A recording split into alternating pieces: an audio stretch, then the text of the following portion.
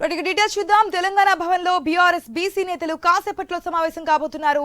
Working local body ఎన్నికల్లో 42% రిజర్వేషన్లు ఇస్తామని కాంగ్రెస్ ఇచ్చిన హామీపై ప్రధాన ఎజెండాగా ఈ మీటింగ్ సాగనుంది. కులగణనపై బీసీ నేతల అభ్యంతరాలు, ఇతర అంశాలపై చర్చించనున్నారు బీఆర్ఎస్ బీసీ నేతలు. ప్రెసిడెంట్ కేటీఆర్ ఆధ్వర్యంలో ఈ సమావేశం సాగనుంది. బీసీ కులగణన, స్థానిక సంస్థల్లో బీసీలకు 42% రిజర్వేషన్ల అమలు సాధన ఎలా అనే అంశాలపై బీసీ ముఖ్య నేతలతో సమీక్షించనున్నారు కేటీఆర్.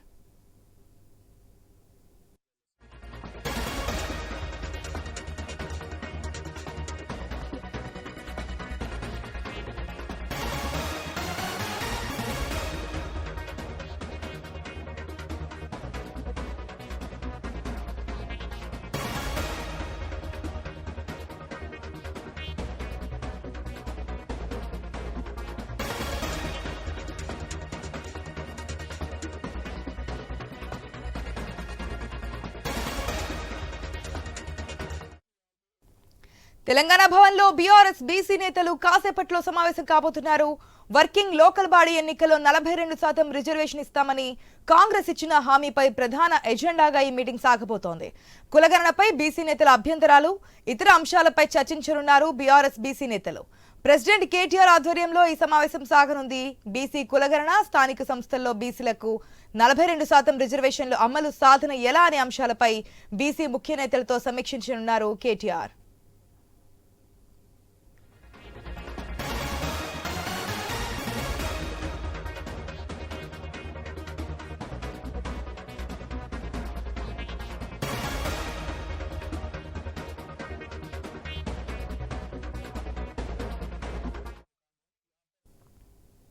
ప్రధానంగా మనం చూస్తున్నాం 42% రిజర్వేషన్లకు సంబంధించి ఈ బీసీ కులగణనకు సంబంధించి బీసీ నేతలతో బీఆర్ఎస్ వర్కింగ్ ప్రెసిడెంట్ కేటీఆర్ మరికొద్ది సేపట్లోనే భేటీ కాబోతున్నట్టు తెలుస్తోంది. మరిన్ని అప్డేట్స్ మా ప్రతినిధి స్వామి న్యూస్ రూమ్ నుంచి లైవ్ ద్వారా అందిస్తారు. స్వామి,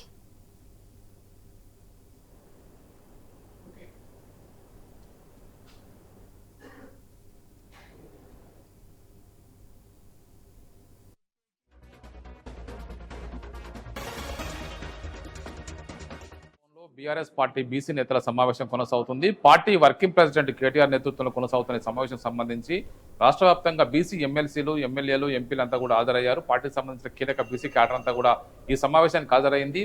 ఒకవైపు రాష్ట్ర ప్రభుత్వం చేపట్టినటువంటి కులగణనలో బీసీల జనాభా వాటా తగ్గింది, దాన్ని 46% కుదించారు. ఇందులో ఒక ముస్లిం మైనార్టీలకు సంబంధించిన బీసీ కోటల్లో 10% చూపెట్టారు, అదేవిధంగా బీసీకి సంబంధించి 46% చూపెట్టారు. గతంతో పోలిస్తే బీఆర్ఎస్ పార్టీ 2015లో చేసినటువంటి సర్వేతో పోలిస్తే ఈసారి 10% తగ్గిందనేది కూడా బీసీ నేతల ఆరోపణగా ఉంది. మరోవైపు రాష్ట్ర ప్రభుత్వం ఎలక్షన్స్ ముందు, కాంగ్రెస్ పార్టీ ఎలక్షన్స్ ముందు ప్రవేశపెట్టినటువంటి కామారెడ్డి డిక్లరేషన్లో బీసీలకు 42% లోకల్ పార్టీ రిజర్వేషన్ ఇస్తామని చెప్పి హామీ ఇచ్చారు. ఆ హామీని అమలు చేయాలని చెప్పేసి కూడా ప్రభుత్వం పైన ఒత్తిడి పెంచడం కోసమే బీఆర్ఎస్ పార్టీ ప్రయత్నం చేస్తుంది. దాంతోపాటు లోకల్ బాడీ ఎలక్షన్స్ కి సమాయత్తం కావడం కోసం, బీసీ క్యాడర్ అంతా కూడా ఏకం చేయడం కోసం బీఆర్ఎస్ పార్టీ ప్రయత్నం చేస్తుంది. ఒకవైపు రాష్ట్ర వ్యాప్తంగా బీసీ సంఘాలన్నీ కూడా ప్రభుత్వం పైన గుర్రుగున్న నేపథ్యంలో ఆ విషయాన్ని పెద్ద ఎత్తున కూడా క్షేత్రస్థాయికి తీసుకెళ్లి ప్రచారం చేయాలని చెప్పేసి ఒకవైపు బీఆర్ఎస్ పార్టీ ప్రయత్నం చేస్తుంది. అందులో భాగంగానే వివిధ రకాల సంఘాలతో సమావేశం నిర్వహిస్తున్నారు. ఈ రోజు ఒకవైపు పార్టీకి సంబంధించిన సీనియర్ నేతలు, శాసన మండలిలో ప్రతిపక్ష నేతగా ఉన్నటువంటి మధుసూదనాచారి, అదేవిధంగా ఎంపీ వజ్రాజు రవిచంద్రతో పాటు మాజీ మంత్రులు, సిట్టింగ్ ఎంపీగా ఎమ్మెల్యేగా ఉన్నటువంటి గంగుల కమలాకర్తో పాటు శ్రీనివాస్ గౌడ్, మిగతా నేతలంతా కూడా సమావేశానికి హాజరయ్యారు. వివిధ రకాల సమస్యలు, ఏదైతే బీసీలకు ఉన్నటువంటి సమస్యలు ఎందో వాటిని పూర్తిగా అధ్యయనం చేసి పార్టీ తరఫున క్షేత్రస్థాయి తీసుకెళ్లి కాంగ్రెస్ పార్టీ పైన పోరాటం చేయాలని చెప్పేసి కూడా బీఆర్ఎస్ పార్టీ భావిస్తుంది. అందులో భాగంగానే పార్టీ వర్కింగ్ ప్రెసిడెంట్ హోదాలో కేటీఆర్ ఈ సమావేశాన్ని హోస్ట్ చేస్తున్నారు.